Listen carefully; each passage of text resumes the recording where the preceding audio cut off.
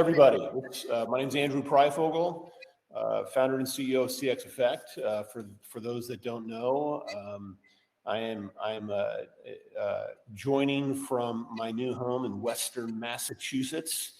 Moved out here from California just a couple of weeks ago. Might sound a little tinny where I'm at because I'm sitting in an empty house with my all my belongings in a truck somewhere between California and here. So there you go, good times.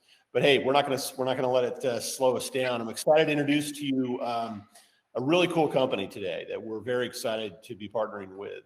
Specifically, Sean McIlrath, who's one of the partners with Pure CallerID, is joining us today to talk about a really interesting topic and frankly, a huge problem that a lot of companies have of all sizes. If they're doing any sort of significant outbound calling to customers, to prospects, whatever it may be, there's a bunch of challenges that have popped up in the last few years, and it seems to be getting even more sticky. And Pure CallerID has a very interesting solution to address that. That's what our conversation's about today. Sean, welcome, man. It's good to see you. Yeah, thank you. We appreciate the invitation and happy to participate here and meet the crowd. Yeah, very cool. Hey, I want to frame up this conversation for our participants as we jump right in. Any business that has kind of as a core part of what they do, they're making a lot of outbound calls, trying to get to their existing customers, trying to maybe sell to prospective clients.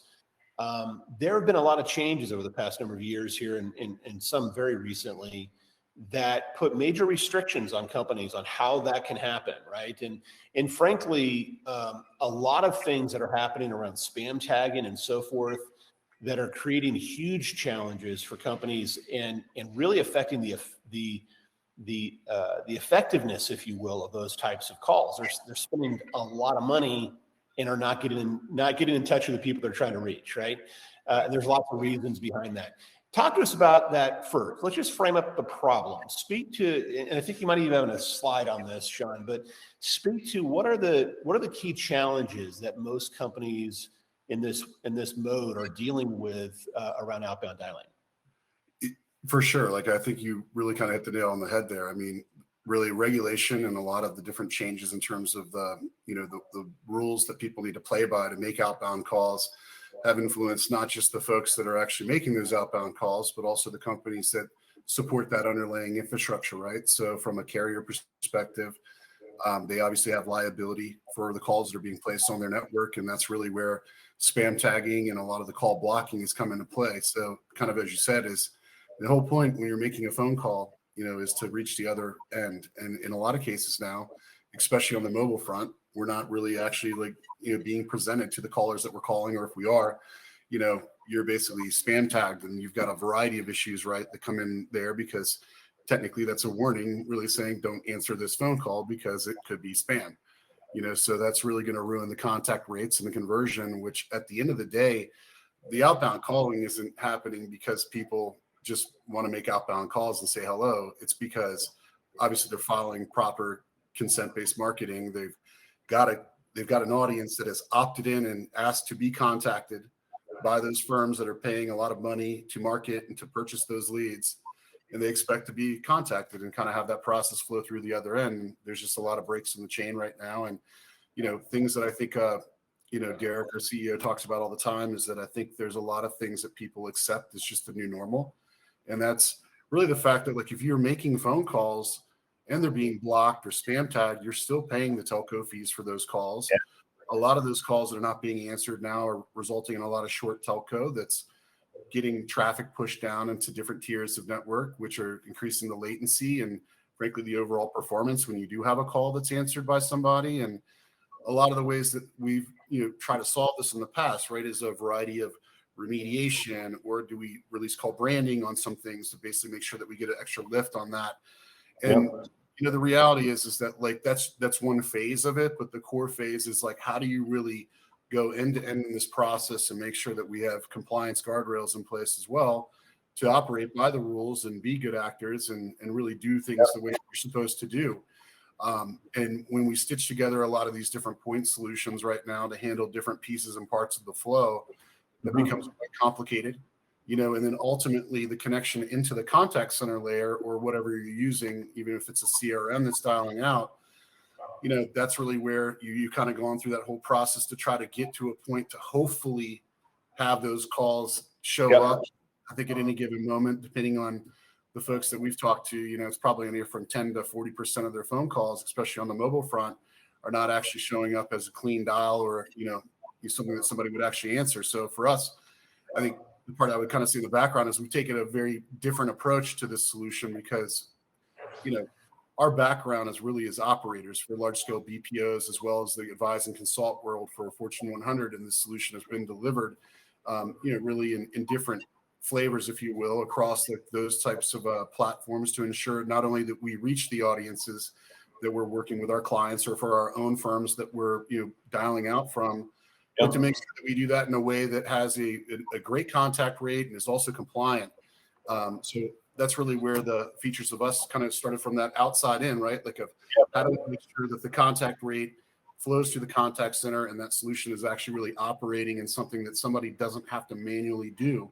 So we've hardwired this into a variety of the cloud-based contact centers. Hey, Sean, let me jump in here really quick because before we get into your specific solution, which I'm eager to do, give us some idea of how are companies attempting to tackle this issue if they knew nothing about Pure CallerID, right? How are they trying to solve for this issue today? Because it's a painful one, right? It's a very manual process. If they make mistakes around this or it goes unnoticed, there could be massive fines involved. Speak to that briefly. Sure. I mean, I think it starts just obviously the numbers themselves have spam ratings, right? Or once you reach past a certain level, that's when you're going to be blocked at the carrier level. So I think there's really a wide spread in terms of the types of ways that folks are approaching it, right? You could come down to like companies that really aren't even doing a lot of outbound calling and just contacting their customers that are getting spam tagged that they've got to then go talk to the telco and, submit to the mobile carriers to remediate the number. You've got a lot of firms that will also try to pay remediation services, which are monitoring the numbers and have, different variety of methods to, submit for remediation or when they're actually evaluating those phone numbers. That's kind of like that typical process that you're working with the telcos or the mobile carriers where you're submitting tickets and, trying to wait basically for the remediation and hoping that's going to work. And it's not all the time, a real-time solution. So you have customers today that before they made this move to you, they had kind of dedicated teams of people trying to manage thousands or tens of thousands of numbers and figure out which ones are still clean and which ones aren't, and remediating that through a carrier. That's not an instant thing. That can take days and days and days to get done. Am I right? Absolutely. I mean, in some cases, weeks, right? Like, it just depends on the situation and sort of the support that you have from, other firms that are kind of in the loop on that. It's definitely not an easy button, and it's not something that's really guaranteed to show up clean the entire time. And just the number management itself, I think is, it's just a major task, right? Like you're not only staying on top of what is the status of these numbers, but how are you rotating them? We've kind of seen it all over the place, right? Like for what folks are doing to try to figure out a way to reach the audience that they want to. And if I've got, it's also not uncommon where a company might be making thousands and thousands of calls a day that have zero chance of being connected, and they don't even know it, right? And they're paying the telco charges on those calls. Absolutely. Right? And so it gets to be really, really expensive.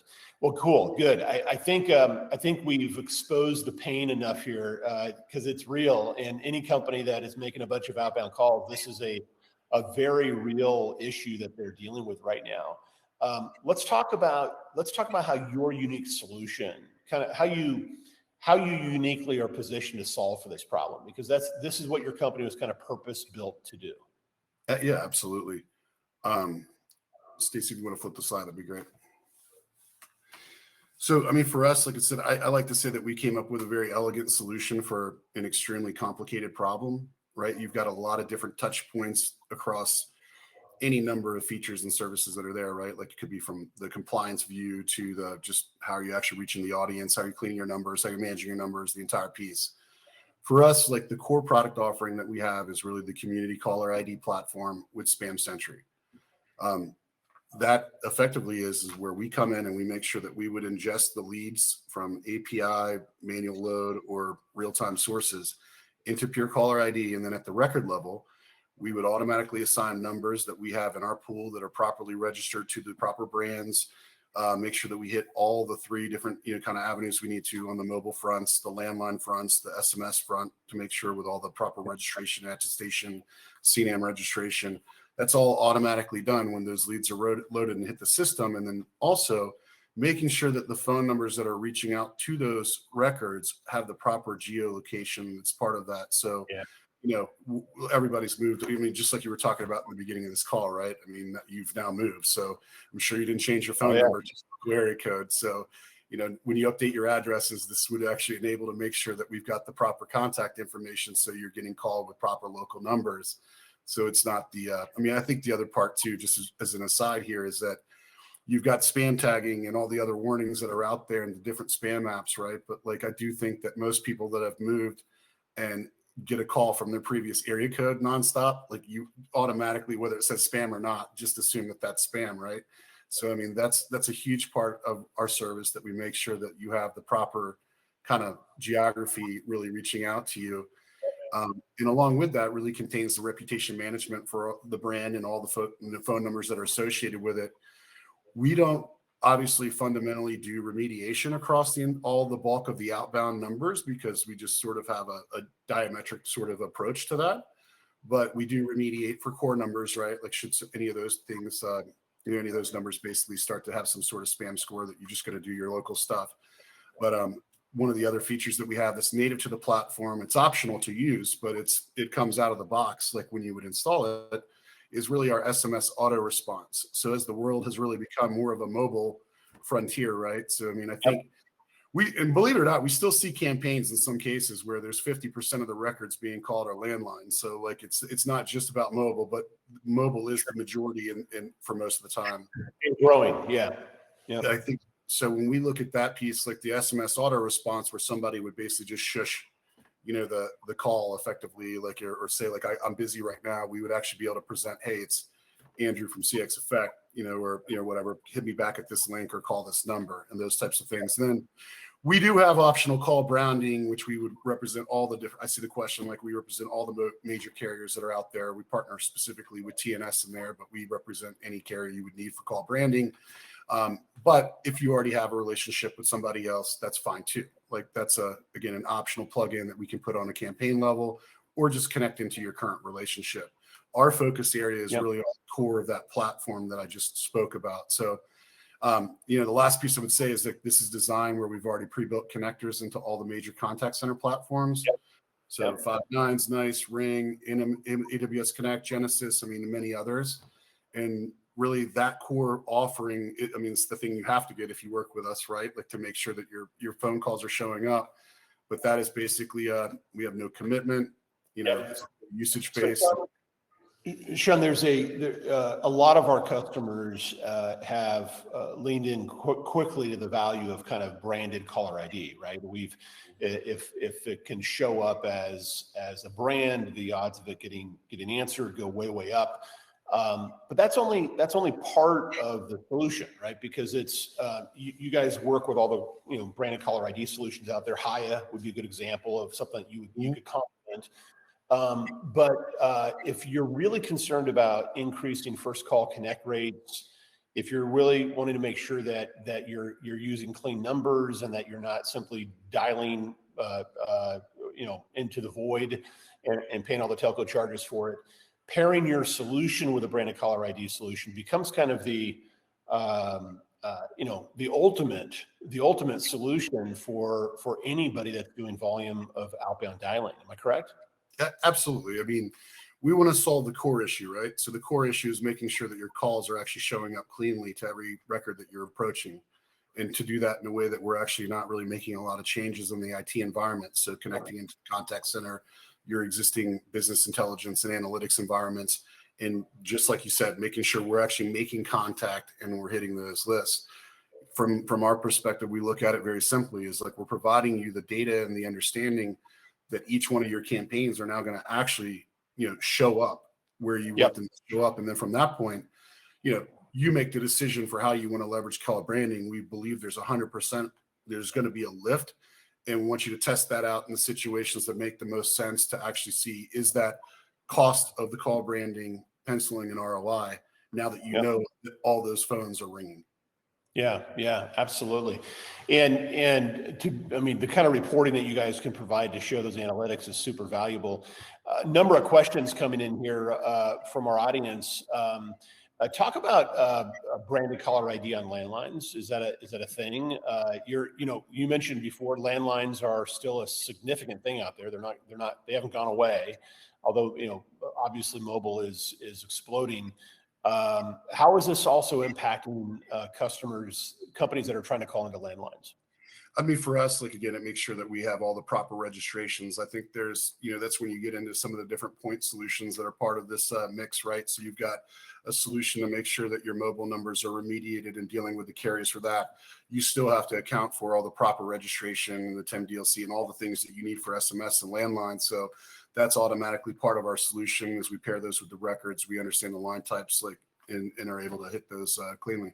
And just inherently, like, the information is already included in there to transpose the caller ID on landlines with the proper registration. Yeah, no, clean. A question here from Jason about collection campaigns. Companies that are doing outbound collections, always a sensitive area, right? Is it first party or third party collectors?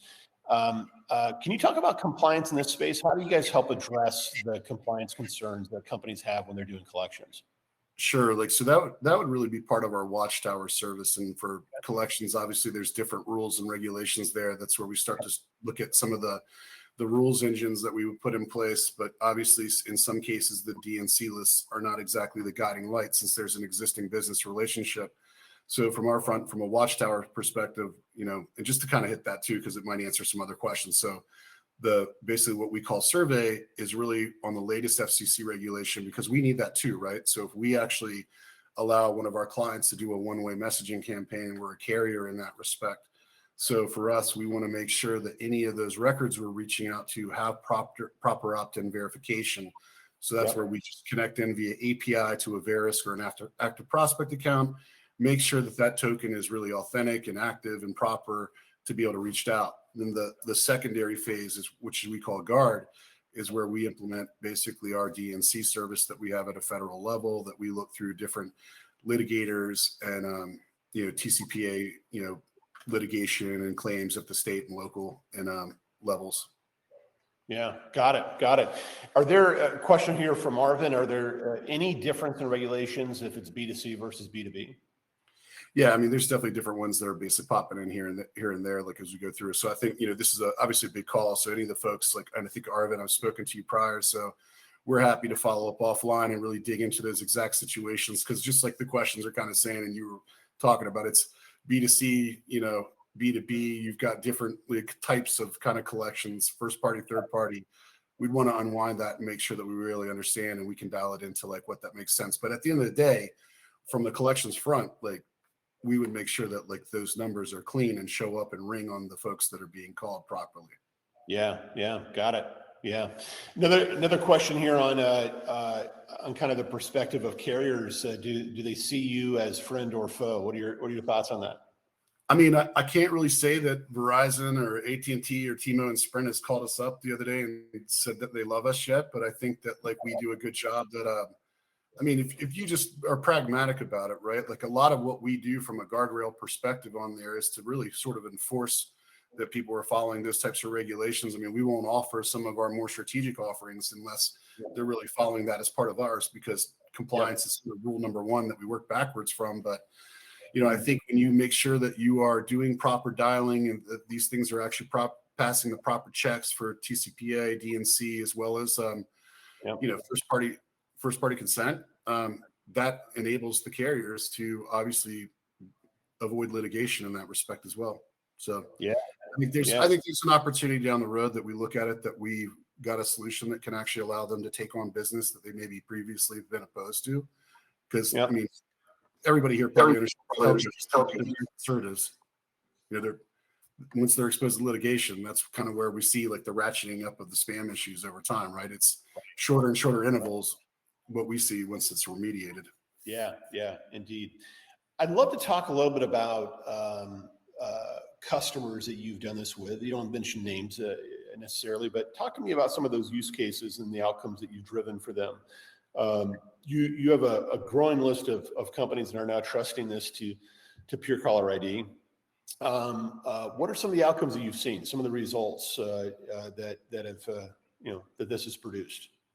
So maybe I'll kind of start from, I'm not sure if it's right to left or left to right, but like when we talk to the folks that are really maybe not as mature, right, that are just like still kind of now really realizing that, hey, I didn't think I'm really in the outbound world, but like I'm actually like, oh wow, I'm reaching out to my clients, and so my numbers are getting spam tagged and those types of things.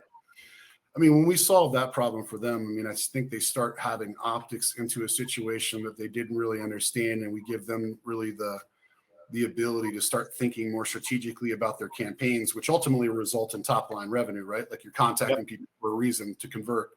I think from a lot of the insurance space and some of the BPOs that we've worked with that are very focused in certain areas, like where they really own the dialers, I mean, the results have been incredible.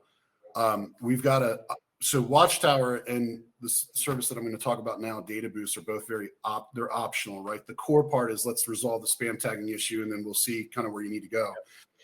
Most of our clients, once they're actually in place, because again, our concept is like you should be able to sort of accomplish your goals all in one place as sort of optional features. Data Boost really is focused on right party contact. That's where we start to look at like, are there active line types? Like you've got different, campaigns, if you will, right? So you've got real-time hot leads. Sometimes people are calling. You've got account-based that folks are calling, or you really have aged data, right? Where people have still valid opt-ins and you're reaching out to them. And, in that respect, you've got an issue of like where people have changed, just their telephone numbers and things like that at that point. So we make sure that we're calling the right person. And that also decreases telco waste because you're not calling old numbers, as well as reduces exposure because if we just verify the identity of somebody and they're not on the DNC list, but if now one of the law firms that's, filing TCPA suits have now in possession of that number, it's going to get popped. So I think from that respect, when we start turning on those services and those, we've had folks that have gone from 1% contact rate in the age data to 20% or more, Wow. But there's a combination too of not just the right party contact, but like the fact that like every phone call you're making is showing up properly. Yes. On the phones that you're calling. Yeah. It just sounds really simple, but like that's the challenge these days. Oh yeah, absolutely. And it's incredibly hard for most companies to achieve that, with, if it has to all be manual, right? You have teams of people monitoring every single one of these numbers. It's just not practical. It doesn't scale. You mentioned something a minute ago I want to come back to for a second. Am I right in this? There are literally law firms out there that are targeting this space, just waiting for you to trip up over a spam violation. Yeah, absolutely. I think, down the road, certainly we'd be happy to participate in some compliance conversations and get Derek, again, our CEO, on the phone. He's quite a wealth of knowledge in that space. Yeah. And it's stuff that, like, as I started working with the team here over the last year, like I'm now just amazed at like how many, booby traps, frankly, there are out there for folks that are making dials. So that's why we think Watchtower is really a critical component. Yeah. No, that's great. Question here about TCPA. Does TCPA regulations apply to B2B and obviously to B2C? Does it apply to B2B as well?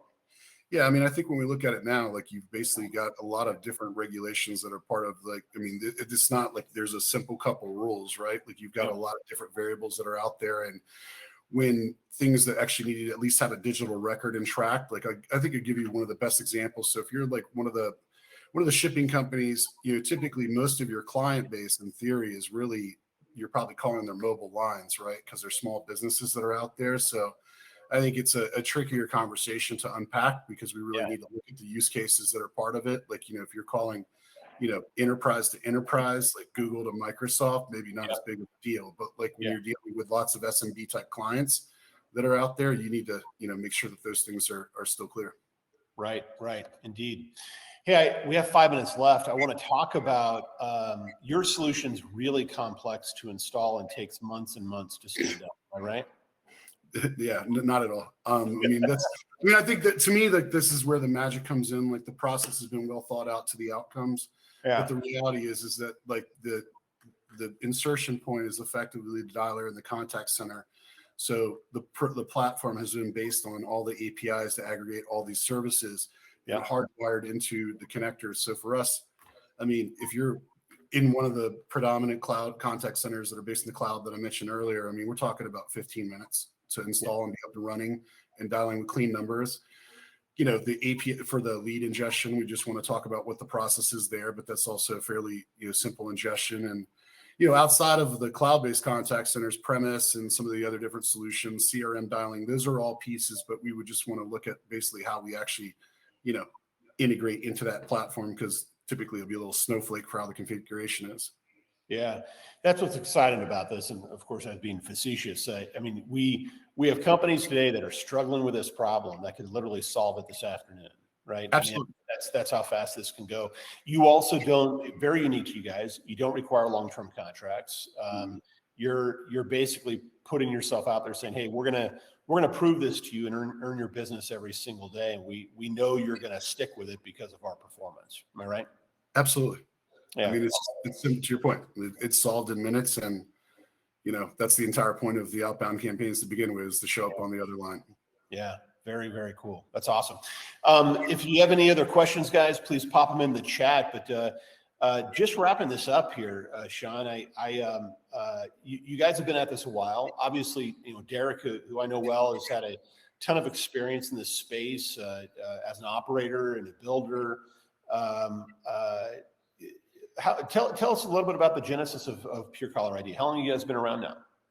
I mean, basically the first clients went live on Q2 of last year. So we've been building that out as we've gone through there with kind of the alpha and the beta clients there. And then, but prior, for years, the guys have been running like an advise and consult practice. Derek's run, BPOs. I think at his height, he had 18,000 agents like underneath his business calling out. So, Jeff Minna, who's one of the other partners here, like he's, previously designed and was CEO and chief architect of Connect First, and is now Ring CX that's out there. So I think when you look at the two minds that really were the co-founders of this company, like you really have the best of the operations side. And again, I say it jokingly, but as Derek's quite passionate about the compliance side. Yeah. And I mean, Jeff, I've been nothing more than impressed with. I mean, the guy is absolutely fantastic, and he's genius level when it comes to how to make all these things work in such a simple, elegant, fluid way to drive the outcome that everybody wants. Yep. Sean, we're out of time, but I want to give you the last word. You have an enterprise customer, a CX leader, maybe even a CFO or a COO that's listening to this webinar and has been trying to solve for this problem. What closing words of advice would you give them? I mean, stop trying and just give us a call. We'll solve it in a couple of minutes. Yeah. And with all technology, so I mean, when you take people out of the equation, one thing that I think we can all understand is that the solution ultimately will be a better ROI because we're using technology and automation that is fully autonomous, right? Like we don't have people pushing buttons. We have a absolute bolt-on solution that drives the outcome 100% of the time. Yeah. Very cool. The results we're getting out of this are phenomenal, guys. Pair this up with your branded CallerID solution, and man, you've got the perfect solution to solve for your outbound calling challenges. So, Sean, great job, man. I really appreciate it. It's great to have you guys in our ecosystem. Yeah, we appreciate the partnership and look forward to supporting you. Fantastic. Guys, make sure you click down below, check out CX Basecamp, learn more about Pure CallerID.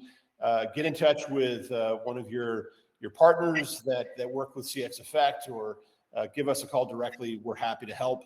Can't wait to see how we drive some fantastic business outcomes for clients all over the country. Thank you very much. Have a great afternoon. Sean, great job. Thank you. Awesome. Thank you.